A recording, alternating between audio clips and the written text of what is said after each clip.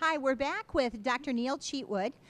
Neil is the principal investigator for IRVE-3 here and for this project. And Neil, I'm going to let you tell us a little bit about what that means. And I understand you're an engineer and a systems engineer nonetheless. So we want to find out a little bit about the systems involved in this experiment. Okay, well, actually, I'm not just a systems engineer. I didn't start out as a systems engineer. I'm actually an aerothermodynamicist.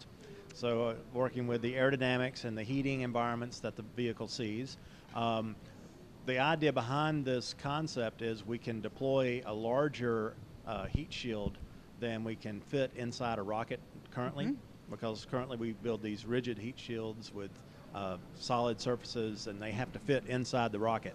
But we can actually deploy something larger, and by doing so, then we slow down earlier in the trajectory, and what that means is lower heating. So as a guy that's from the aerothermodynamics background, that was important to me. That's important to you then. Right.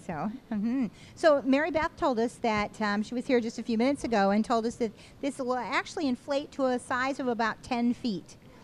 That's correct, and to put that in perspective, we start out in a vehicle that's less than 2 feet in diameter, and so that's a factor of 5 increase in diameter, which is a factor of 5 squared increase in area. So that and the size does matter. It's the larger the vehicle, the more drag force we generate, and what we can do then is when we land at a planet like Mars. Right now, we don't have the ability. We have a mission going to Mars right now that lands on August 5th. Right. And Mars Science Laboratory with Curiosity there. The Curiosity rover, and that rover weighs about a ton. If we wanted to land that same vehicle at a higher elevation, we couldn't do it with that vehicle, with that entry vehicle, because we would run out of time. We would hit the surface before we got our sequence of events done. Or if we wanted to land a larger vehicle at that same altitude, same thing would happen. We can't get it done. But with a larger drag force, we can bring in more mass, or we could bring in that same amount of mass, the same size vehicle to a higher altitude. Wow. But that's going to require a lot of people doing a lot of things to make a vehicle like this. So tell us about some of those parts, some of those pieces that go into making IRVE-3. Okay, and yeah, so let's start a little bit background here. Back in the 60s, NASA looked at inflatable vehicles like this. So it's not really a new concept, but what has happened in the last 50 or so years is the materials advancements. And so now we have stronger materials, more durable materials, materials that can take higher heating, and that's really what's making this possible.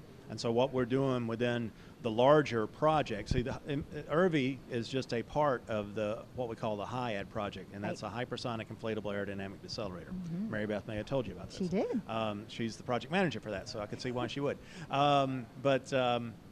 That HIAD project, we have ground-based elements where we're looking at the inflatable structures. How do we build these structures? What do we make them out of? And then how do we protect those structures? And that's the thermal protection system.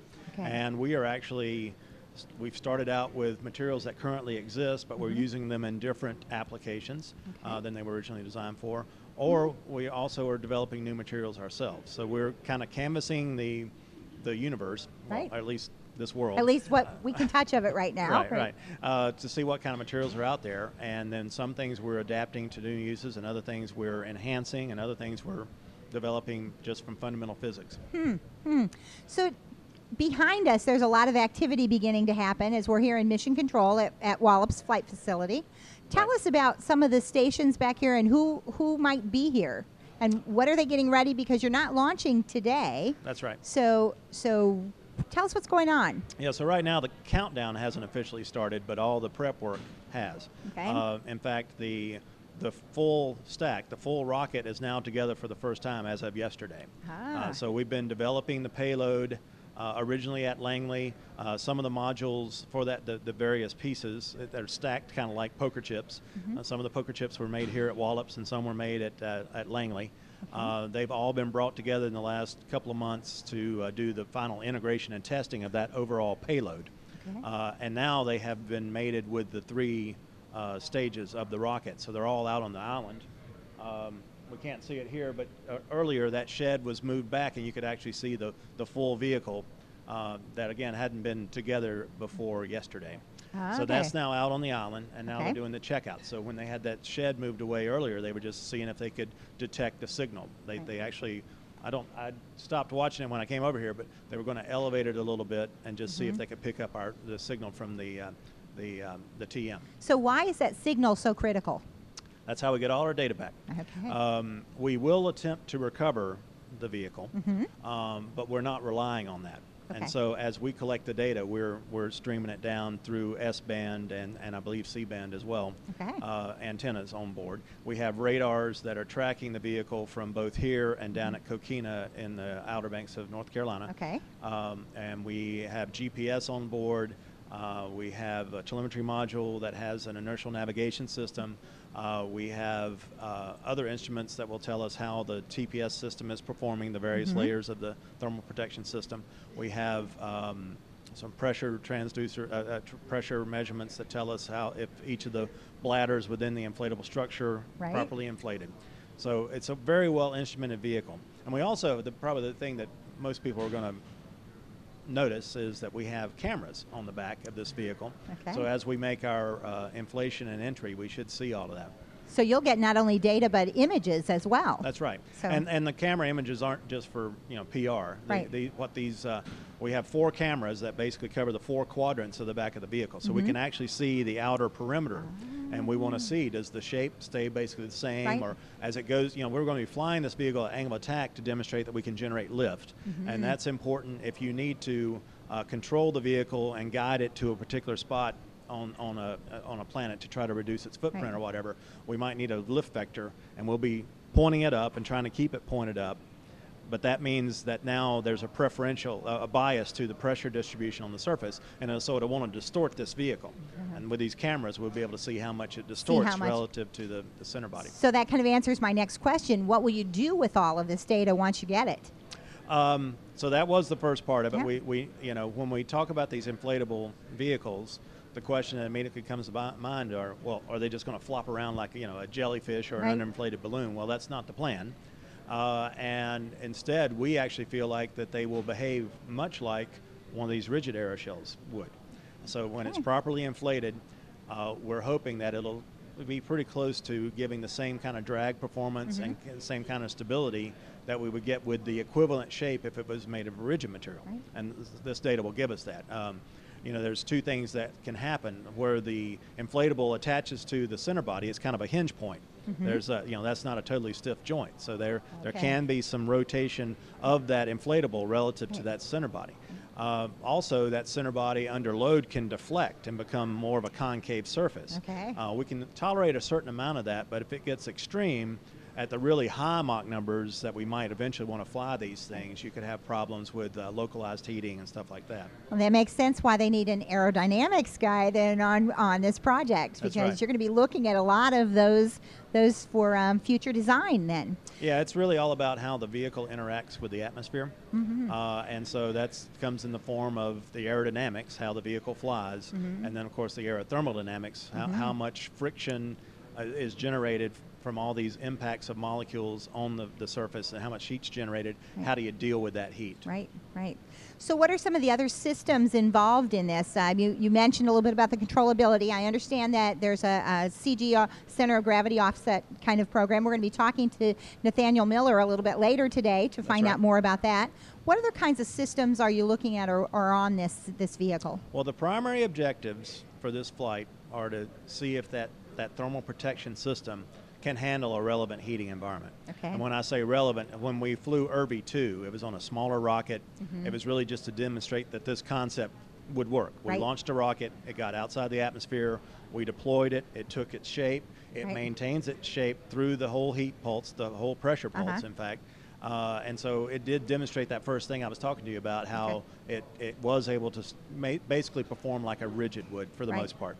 But because it was on a small rocket, there wasn't a lot of energy. That's not a very energetic rocket, so if there's not a lot of energy there, we didn't get to very high altitude. There's not a lot of energy to dissipate, so we didn't see a lot of heating. Okay, so this one we went to a bigger rocket. We also played some tricks by making it a sharper nose that kind of focuses the energy. And we put a lot of instrumentation up on that nose. That's where we're going to get our highest heating. And so we're basically an order of magnitude higher heating than when we're on the previous one. All right. And that puts us in the 10 to 15 watts per centimeter squared range. That's just how much energy is focused on that small area. To put that in perspective, a mission like from the space station coming in from low Earth orbit, we might, this same system that we're flying here, this thermal protection system, could handle 20, 30, maybe even 40 watts per centimeter squared. So we are exercising a little bit, but still not really challenging it. Not challenging it yet. So we get that GPS performance. That's one of the things we do. The aerodynamic performance of the structure. The CG offset mechanism, we're going to demonstrate that we can both generate a lift vector, but more importantly, we actually did that on IRVE-2 just because we had an unintended CG offset based on, it was centered when it was stowed, but when it was deployed, then it was a little off-center. So we demonstrated lift, but we didn't try to control it. Okay. And we also don't know how effective this offset mechanism is because of that floppy joint, not really floppy, but that loose joint. That loose joint, okay. When you go to angle, when you slide this CG offset, you actually will get more effectiveness than what you would ordinarily get. So we're going to try to characterize how effective that is. Okay. And then once we have that lift vector, we're going to try to keep it pointed up. We'll have dead bands on each side, so it'll drift a little bit. But this will demonstrate that we can actually vector that lift vector a little bit.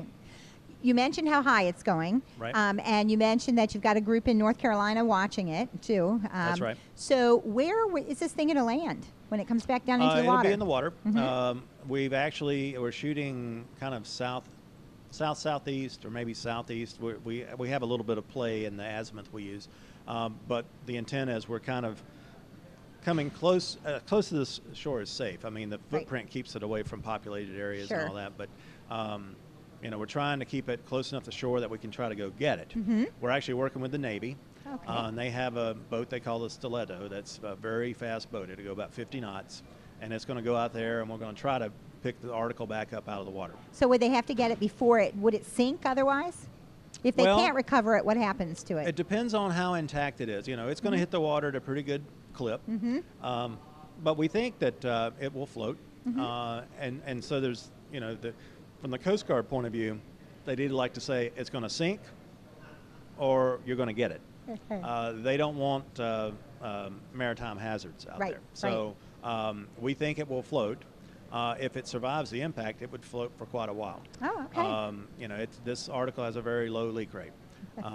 But by the time we get down to, our experiment really ends very high up at because you're not testing the impact. You're testing as it comes through the atmosphere. We're going to test it until it gets down to subsonic speeds. Okay. And I forget the exact number, the altitude. If we get our chief engineer in here, he can tell you all these numbers off the top of the head. But when we finish the experiment, we're still going to be tracking it. And we will track it as far down as the horizon, and that'll give us a very good indication of where it's going to be, and that'll let that Stiletto boat try to go out and get it. But the experiment's really over at that point, and we aren't really carrying enough gas to keep it at the same pressure level that we had at the higher altitudes. And gas, you mean nitrogen that's inside the inflatable structure itself there? That's right. Okay. That's right. Right. That's right. So Neil, what kind of a career brought you to this spot here at Wallops Island today? Well, I'm an aerospace engineer, and I don't know, I kind of just stumbled on it. When I was young was when we were landing on the moon for the first time. And today is the anniversary of that, July 20th, 1969. So what a great day that we are here. It's a good day for NASA. So one of my best days in life was I got to interact with Neil Armstrong a few years back for about 3 or 4 hours talking about the kind of technologies we're doing. And he was my inspiration, maybe because I was named Neil as well. But that's what got me interested in it. But I was, I was afraid of heights, so I couldn't be an astronaut. I figured that out pretty quick. Okay. But I was pretty good at math, and then when I went to college, I went to a college that, a junior college, and got a couple of years of math degree under my belt, and then decided to go to a bigger school that had engineering, and I picked aerospace. I actually looked through the catalog and just ended up with aerospace. And well, good. But do your math working. All right. So that's your advice for everybody. Well, well, Neil, thank you very much for being here with us. And Robert Dillman and John Donato are going to be with us next. So we'll be right back in just a few minutes, right after this break. Thanks.